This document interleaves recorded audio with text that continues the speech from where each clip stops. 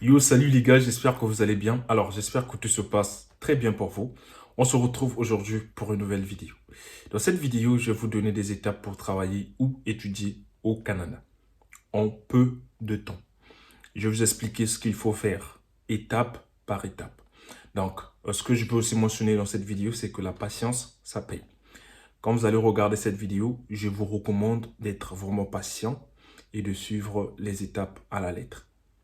Parce que les vidéos, ça ne fait pas des miracles. C'est juste ta façon de suivre les vidéos qui va faire la différence entre les gens qui se plaignent. Si tu suis bien la vidéo, tu peux voyager en 4, 6 mois, 8 mois, pourquoi pas.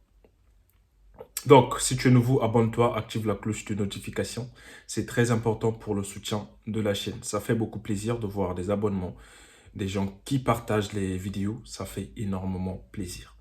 D'autant plus que je tourne cette vidéo, j'ai même plus de, de trépied. Donc, je tiens ma caméra à la main. Et ça fait pas trop beau.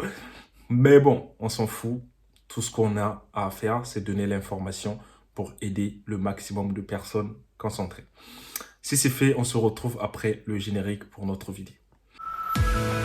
Vous êtes bachelier, étudiant ou travailleur, vous voulez poursuivre vos études à l'étranger dans les pays comme le Canada, la France, l'Allemagne et bien d'autres? Alors abonnez-vous à Étudier à l'étranger car Étudier à l'étranger met à votre disposition les vidéos qui contiennent des conseils et astuces pour vous accompagner dans vos démarches. Il vous aide également à vous inscrire dans les universités publiques ou privées à l'étranger. Et surtout, soyez les bienvenus sur Étudier à l'étranger.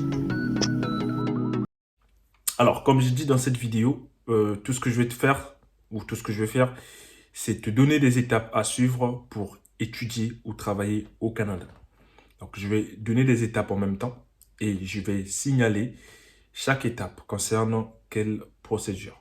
Et les étapes que je vous cite, ce sont des étapes que moi j'ai utilisées pour voyager moi-même au Canada, en France, parce que moi j'ai fait plus de 5 pays. Et aujourd'hui, je suis là. Donc, et vous aussi, vous pouvez faire pareil. Vous donner étape par étape. Les étapes que j'ai utilisées, que les gens que je connais ont utilisées. La première étape pour pouvoir étudier ou voyager au Canada, la première étape, ça concerne simplement des renseignements. Vous savez, c'est comme dans la vie quotidienne, dans votre vie quotidienne. Tout se passe pareil. Quand vous voulez acheter quelque chose, vous avez le temps de vous renseigner sur cette chose. Est-ce que c'est de bonne qualité? Est-ce que nanani, nanani? Et les études ou le travail au Canada, c'est aussi pareil. Donc, pour étudier, je vais commencer pour étudier comme ça ne va pas vous embrouiller. Pour étudier, si tu veux étudier au Canada, la première des choses à faire, c'est des renseignements. Donc, tu vas te renseigner. Ah, étudier au Canada, comment ça se passe?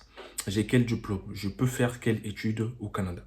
Une fois que tu as fait cela, tu vas chercher à te spécialiser dans une certaine formation. Je sais pas. Tu peux te dire, bon, vas-y, comme j'ai déjà un baccalauréat, je vais chercher l'équivalence et puis je vais postuler pour faire une formation en entrepreneuriat, par exemple. Et cette formation pourra durer 2 mois ou 2 ans ou 3 ans. Tout ça. Et quand tu as fait ça, tu vas à la deuxième étape. La deuxième étape, c'est simplement de chercher cette formation.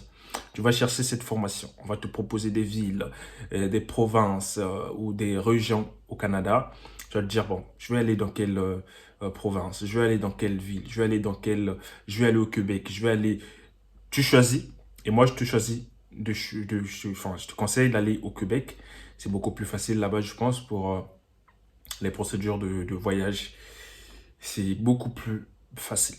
Donc, une fois que tu as choisi cette formation et tu as repéré les villes qui proposent ces formations ou simplement les écoles qui proposent ces formations, tu postules. Et là, tu postules, tu vas recevoir des frais, enfin recevoir un message qui va te demander de payer des frais de dossier. Il faut payer, c'est pas l'arnaque.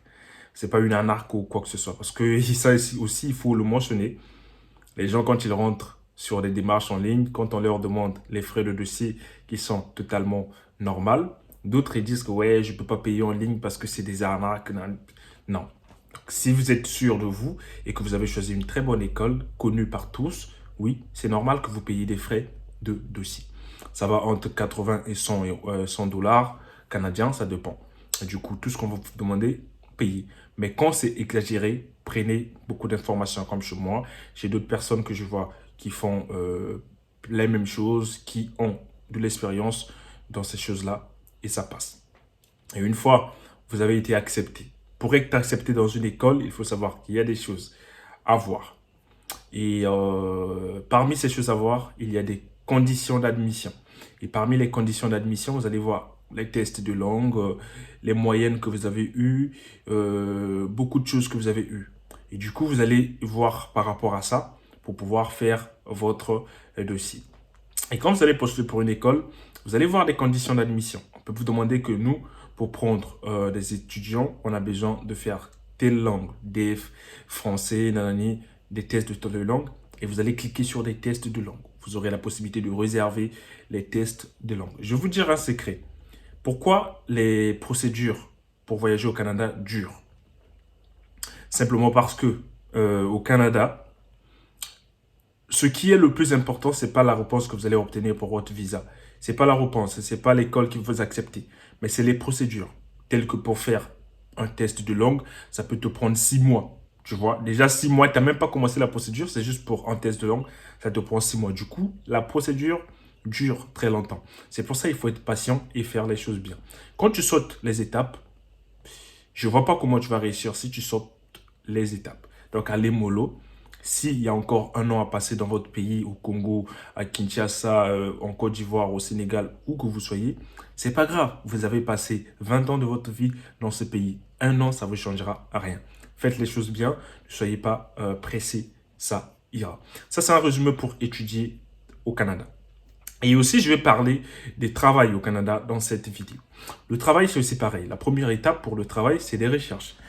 Tu te dis, bah vas-y, j'ai envie de travailler au Canada.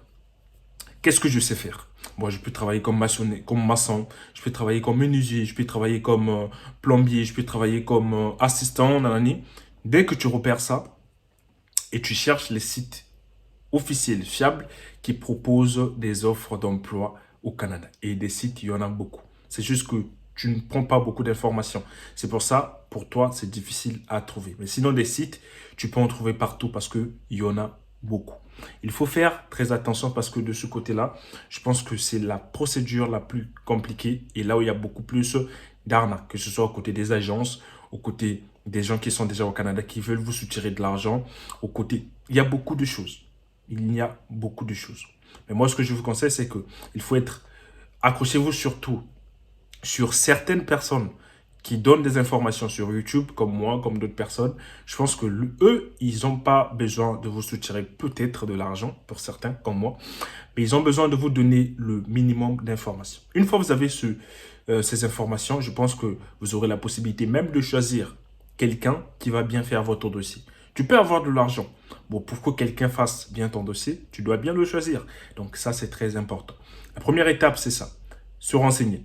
La deuxième étape, cibler des sites pour demander des emplois. Et une fois que tu connais les sites qui publient des offres d'emploi, bah écoute, là ça devient beaucoup plus facile pour toi. Tu vas attendre le temps qu'il faut dès que tu as l'emploi qui te correspond par rapport à ce que tu t'es fixé. Parce qu'il faut te fixer.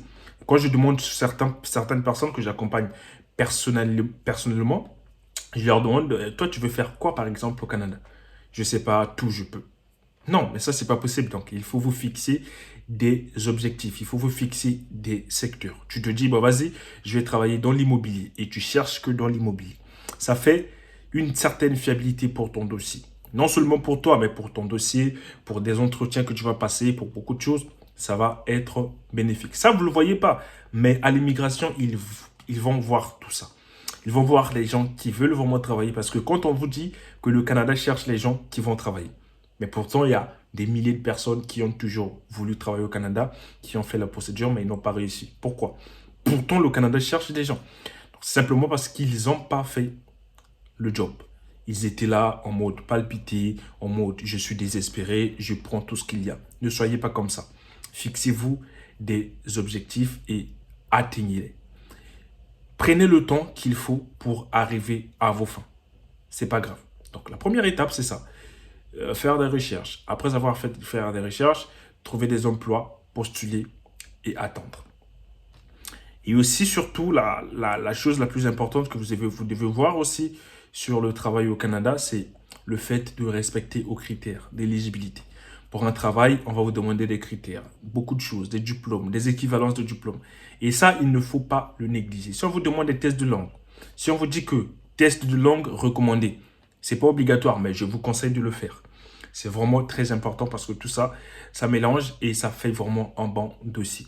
Et si vous négligez des choses, je pense que vous n'aurez pas de chance. Donc, ne négligez rien. Et je suis très content de vous partager toutes ces informations comme ça. Et on se retrouve à la prochaine fois pour une nouvelle vidéo, là où je vais encore vous donner plus d'étapes. Et si vous avez des questions, n'hésitez surtout pas à les poser en commentaire. À laisser un pouce bleu, abonnez-vous, likez, partagez. Et on se retrouve à la prochaine fois pour une nouvelle vidéo. Ciao, c'était Fabien.